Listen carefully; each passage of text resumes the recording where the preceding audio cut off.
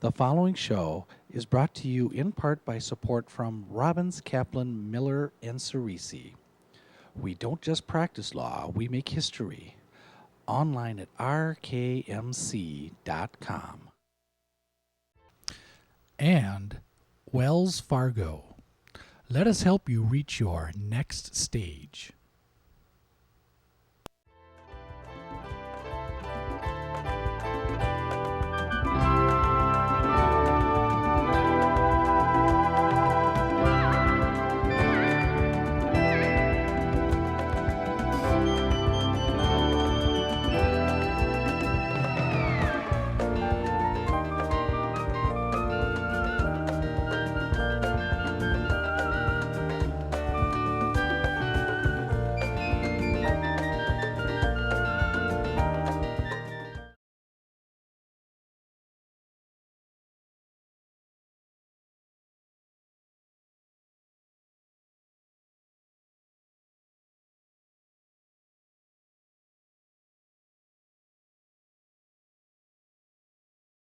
Hello and welcome. As part of our series with Minnesota leaders, I'm talking tonight with W. Harry Davis, the civil rights activist, the man who was on the Minneapolis School Board for years and years, the man who was the the executive director of the Amateur Boxing Federation Golden Gloves organization for years and years, and a man who has won so many awards that I'll just have to pick a few here to tell you about. One that's a recent one is that you were voted one of the most influential people of the last 100 years by the Star Tribune. What an award. The St. Paul paper also. And yes, by the Pioneer Press too, I see that. You also have gotten some honorary doctorates, Yes. which is exciting, and the most recent one was from 2002 from Hamline University, honorary doctorate of education degree, Harry. Correct. He was inducted into the Golden Gloves Association America Hall of Fame, got the Viking Ring Award for giving service to Minnesota youth. A very eclectic amount and group of awards here that is very impressive. Well, let's talk a little bit about your early days, because I think people are always curious. What was it like for you as a young boy? Now, you grew up here in Minneapolis. What did your folks do, Harry? Well, I was born April 12th, 1923 at 711 Lyndale Avenue North. The location now would be Highway 55 and 94. Yes. That was during the Depression years, and a lot of young people never understood or knew what the Depression years were. But the economics is very tight. The stock market had dropped, and people had lost their money, and much like some of it is today. But the area that I lived in at that time, liquor was illegal, Depression years, and so there was no liquor stores. The liquor couldn't be sold in restaurants or anyplace else, but there was a lot of it going on because the gangsters run Minneapolis, and racketeers and bootleggers and gamblers and pimps and prostitutes. They were all over 6th and Lyndale at that time. That was the hellhole of Minneapolis. But it was the largest family area. There were more families lived in that 5th ward than any other ward in the city. And there were mixed families, Jewish, Scandinavians, Mexicans, African Americans. They all lived together. Most of the stores and dry goods stores, grocery stores, drug stores were owned by Jewish people. People would rent from them and live in the same house, either up or down. We all went to the same school. When I was 2 years old, in 1925, there was a big epidemic in Minneapolis. It was called infantile paralysis. Now, mind you, that was 1925. Now, we would call that polio, That's wouldn't we? correct. 25 years later. Yes. And I was stricken from my waist down. My legs were paralyzed when I was just starting to walk. And no one medical institution or doctors within the whole state knew anything about it. So Dr. Mom took care of me. passed down the taking care of medication all the way from slavery down through the family. It was passed on to the oldest girl in each family. What did she, we don't have time to go into great detail, but what did she basically do for the paralysis? Well, she did something that Sister Kenny did 25 years later. She put me in hot tubs of water, massaged my legs, put wintergreen and alcohol and goose grease together and plastered my legs with it, put hot Turkish towels over them, and ironed it with the iron that was heated on the pot-bellied stove, because there were no electric irons then. And she would do that 5 times a day. Wow. And finally I was able to walk. My right leg was smaller and my foot was coming up touching my shin. My left leg was perfect. It was about the time that I would start to school at the age of 5. I started school at Michael Dowling School for the Crippled Children, just built by the Minneapolis public school system out by the Ford Dam, Minnehaha Park. So I was bused from 1014 Bryant Avenue North all the way out to the Ford plant every day to go to Michael Dowling School. Now, I was the only African-American child in that school, and everyone in that school was affected with polio, or not polio, infantile paralysis. There was a doctor named Mark Giesler that was assigned from the University of Minnesota School of Medicine. He was a doctor and a surgeon, a physician and surgeon, to Michael Dowling School because he had done some correction on paralysis by surgery. So he was to pick 6 children that he could do corrective surgery on, and I happened to be one of the lucky 6. And it was the first time that I ran into discrimination. During that period of time, every Tuesday and Thursday, the whole school the buses would go across the river to Shriners Hospital to get treatments, because there were little things with electric lights inside, and they would put your legs in there and they would heat them, and then they would put those hot Turkish towels on them. Now, you weren't allowed to do that though, right? Well, no, they didn't treat me at the Shriners Hospital, because at that time they didn't treat what they called Negroes. And so, but I was still a very fortunate one, because that Tuesdays and Thursdays, Dr. Giesler used to get a car from the Salvation Army or the Red Cross, and he would drive me down to General Hospital and do the same treatment on me. So he took you under his wing, so to speak. So I had a special doctor of my own. But I remember when he was saying, he would say, "Harry, I think that I can correct your foot from being drawn up." Now, mind you, that was painful. Oh, I'm sure. And there were no Tylenol. There were no Advil. In fact, there wasn't even any aspirins. But my mother made things much like aspirins, and I would take them and the pain would disappear. I remember when he performed the surgery, and of course, you didn't go into surgery and they give you a shot in the arm with, like the anesthesiologists do now, and you go to sleep. They put the ether on you, on your nose, and you would go off to sleep. Well, the surgery was over, and I woke up in the hospital bed, and I had a cast from my hip all the way down to my foot, and the only thing that was sticking out was my toes, and my toes were not drawn up; they were straight. And even as a little boy, I bet you realized the victory in that. Yes, that and event. I made a good friend with Dr. Giesler. He and I became very good friends. Well, I remember when he cut the cast off, and he asked me to come and walk. First he asked me to move my toes, and I moved my toes. Then he asked me, he said, "Harry, come and walk to me." And he stood maybe 5 or 6 feet away, and I walked to him without a crutch. And do you think, Harry, that these very difficult early days made you feel different in a way that hurt your sense of who you were?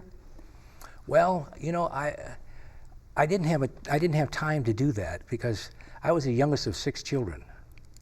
My mother was one of 14 children. My grandmother was one of 16 children. So there was always family. My father was a professional baseball player. My father played with the Kansas City Monarchs and the House of Davids. The House of Davids was a team much like the Globetrotters are in basketball. The House of Davids were in baseball. So he was gone on the road a lot, All the wasn't time, he? yes. From spring until late fall. And so I wouldn't see him too often. But all my sisters were athletes, and I had one brother that was an outstanding athlete. And so that kind of put me in that even though I was crippled, I should be an athlete too. My father was an American Indian, born on the reservation in Nebraska, Winnebago Sioux. My grandmother was the daughter of a chief, and she was what my mother used to say, very bullheaded. She took, when the times got tough on the reservation, she took my father as a boy and moved into Omaha. In Omaha, she met a barber, a black barber, a former slave, going to the West Coast, and stopped in Omaha. And he had a barber shop, and they got married. And they had another child, a son, another son. So my grandmother had two children, my dad and his younger brother. His younger brother was also turned out to be a very good professional athlete. As one of your sons was too. Oh, all three of them. All three, okay. But he was a professional prize fighter and fought for the world championship 3 times. Now that did me a lot of good, so it gave me the confidence, because I was the first child in the Minneapolis public schools mainstreamed from a handicapped school into the regular school. The neighborhood I lived in was pretty tough, and the kids were tough. And the way my mother used to treat me, you know, I was the youngest and crippled and so forth. And so when I went to school, I would, you know, look like a little prize. And some of the bullies used to take shots at me. I bet. And one time I got, one of them gave me a nice shiner. And fortunately enough, when I went home the next day, my uncle came from a fight in Chicago, and he would come and stay with us during the in-between fights. And he said to me, he had a nickname for me, he called me Little Pops. He said, "Little Pops, what's the matter?" And I said, "Well, Uncle Dixie, the kids beat me up, and I can't run and I can't fight." So he said, "Well, I'm gonna be here for quite a while." And I said, I looked at him and I said, "I know he's gonna be here for quite a while, because I had one black eye, he had 2. Of course, he got paid for his. But during that period of time, just think of the great education I got with a professional boxer teaching me, a little 8, 9-year-old boy, how to box. And as you And say, going your with him. confidence Yes. shifted, didn't it? That's right. Well, then I remember when those 2 little boys were going to attack me again, and I figured it out where I got to a place where they could only come through one at a time. By an old, you know where the Munsing Way is, the International Market Square. Well, further north, there was a place called the Knitting Works, and they made underwear too. But they had a big red brick chimney where you could only come through one at a time between the building and the chimney. Well, I got there, and as they came through, there were 2 black eyes, and I didn't have any. So I didn't have to worry about running after that. You've been described by the former mayor, Art Naftalin, that, well, I want to read the quote. He said, "Harry was willing to be a human bridge between black and white when this city really needed one. I shudder to think what might have happened if that bridge had not been there." Now, I'm jumping, Harry, from your childhood to your adult life here, but do you think that you viewed yourself in your early years as a leader in the future? Well, we were fortunate enough to have what they called Phyllis Wheatley Settlement House. Yes. Now back in the 20s, the 30s, and even in the 40s and 50s, there were 11 settlement houses in the city.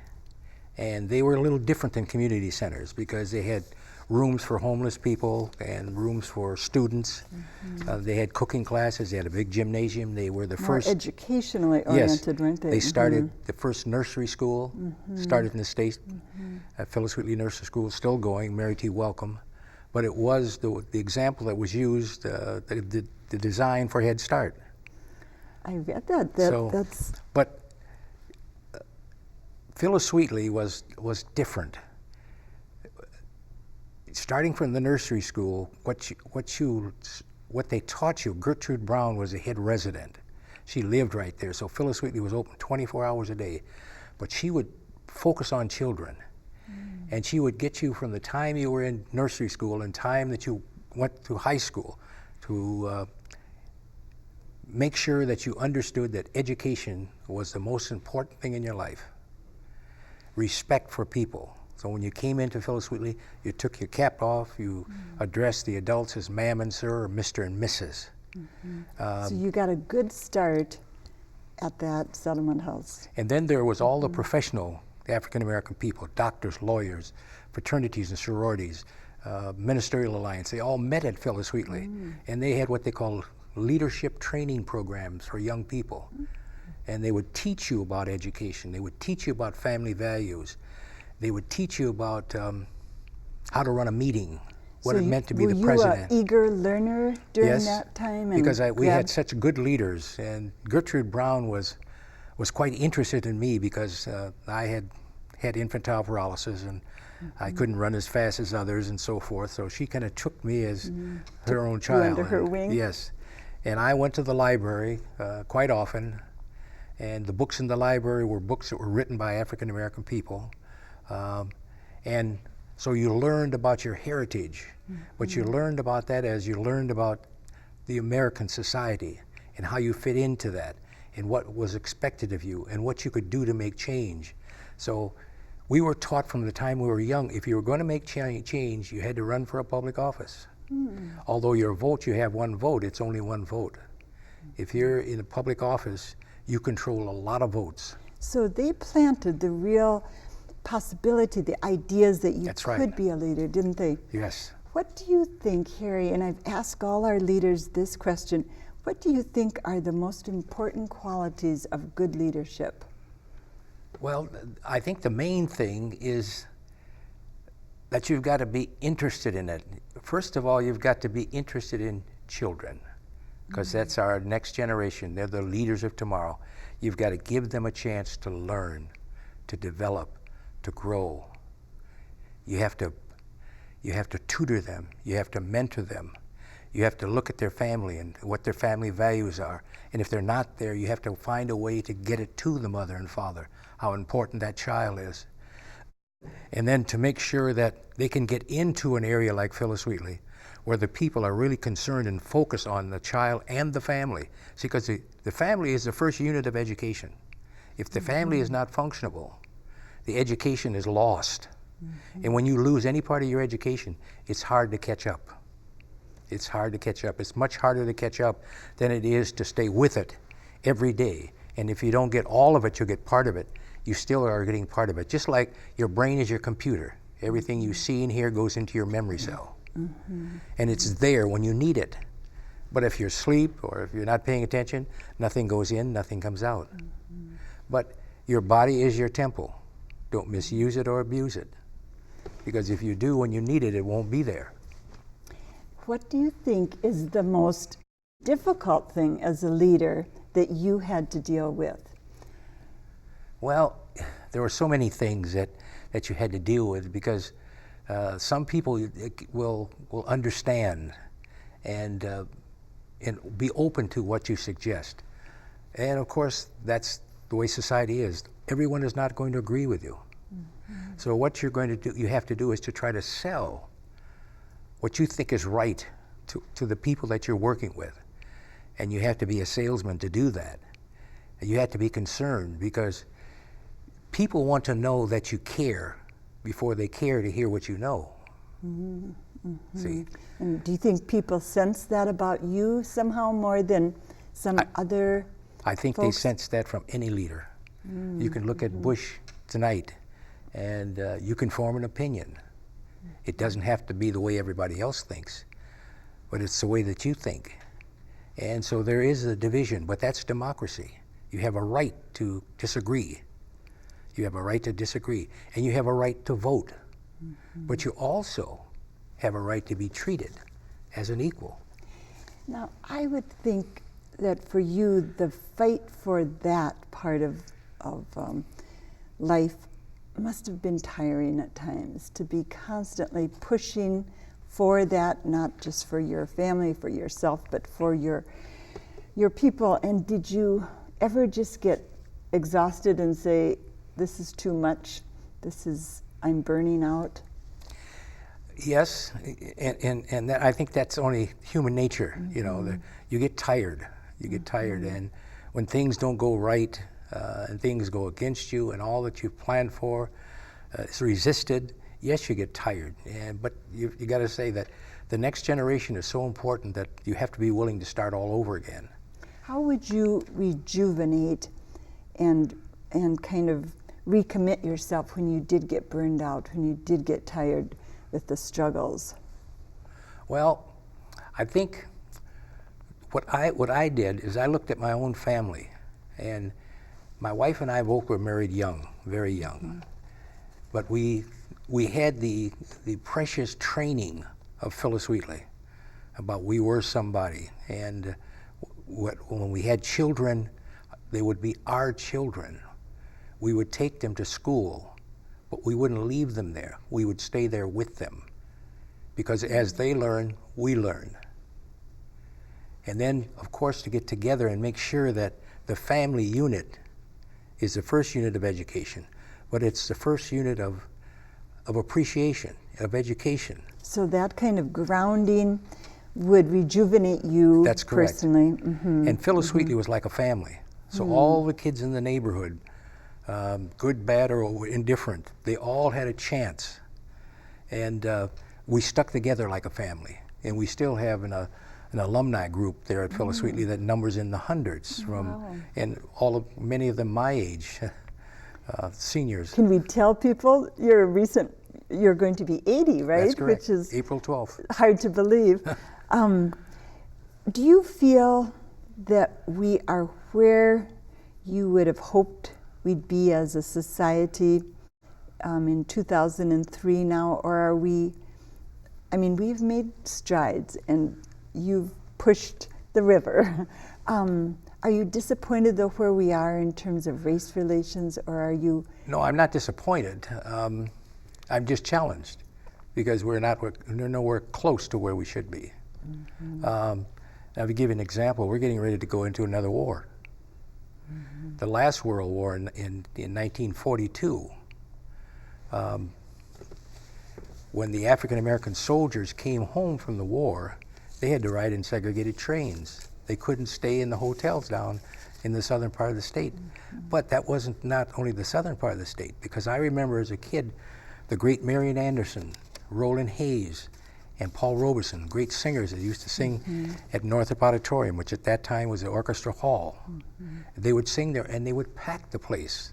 And they would come at the, invited by the Women's Christian Association. Now, it's not the YWCA, it's the Women's Christian Association. They were made up of female members of the families, the milling company families, that helped start the library system, and helped started the settlement system in Minneapolis, and helped start many things in Minneapolis. But so they brought them here, but then when they were here, they weren't treated all that well. They had to stay at Phyllis Wheatley because they couldn't stay at the downtown hotels. They couldn't eat at the downtown restaurants. Now, a lot of people don't know that in Minneapolis. Yeah, it's terrible to think of that. I remember as a 16-year-old boy picketing the Dyckman Hotel with the Women's Christian Association. And Marion was here. And Gertrude Brown. And actually, power worked, because what the Women's Christian Association would say is that our husbands and our brothers and grandfathers own the milling companies. We give you practically a lot of our business. Now, if Mary Anderson can't stay here, maybe we'll take our business someplace else. Did your mother support you, at that age as a protester, as a picketer? Sure. Did she back you? Oh, sure. Yes. And your relatives and family and neighbors backed you, so you were not going out on a limb. My mother kind of insisted that I do that, but as a strong push to push me towards education, to get as much as I possibly could. And I was the first one of our 6 in our family, because it was during the Depression years, and I was the youngest, that even graduated from high school. And you graduated from North? Yes, 1942. And then you went to the U for a couple of years? Yes, and then the war. Then I got drafted. As soon as I turned 18, they drafted you, and you had to go to Fort Snelling or one of the others and get examined and inducted. Well, because of my leg, I was given what they call a 4F. Now, you had 2 choices. You could either go into special service, where you wouldn't do any fighting, but you would be kind of a cook or a servant. Or else you would go to a defense plant. And there were a lot of defense plants in Minneapolis, you know, Minneapolis Moline, Honeywell, International Harvester, the Onin Company. I went to work for the Onin Company and worked in there during the war, making portable lighting units that would light up the camps, you know, where there was no electricity. They would take, and they also made what they call rocket launchers. They would get the electric shock that would shoot off the rockets. So I worked there for quite a few years. The honorary doctorates must Yes. feel especially good when you didn't get to finish college. 1 minute left. In this minute, would you tell young people who may be watching what you would urge them to do in terms of their possibly becoming leaders? What piece of advice, Harry, would you give them? Well, I think take education serious. Put into your computer everything that can help you. Look at yourself and be proud of yourself. Make sure that you attend school and you're on the good attendance roll, because if you're not there, you're not learning. You have to be in school to learn. You're Okay? not getting by with anything, you're hurting. That's correct. Say everyone that you're with, you and they are equal, and you can help each other regardless of what their race is. Help each other. Don't look at another person as inferior, because that person has all the same qualities that you have, you know. Well, on those wonderfully wise and insightful words, we'll have to close, but thank you very much. Well, thank you. For coming over and taping this. We're taping on March 17th. I have been talking to W. Harry Davis, the wonderful treasure we have here in the cities. He does have a book out called Overcoming. I urge you to check on that, find it. It's a wonderful book, edited by Laurie Sturdivant from the Star Tribune. Thank you for being with us. We'll be back again next week. Until then, have a good week.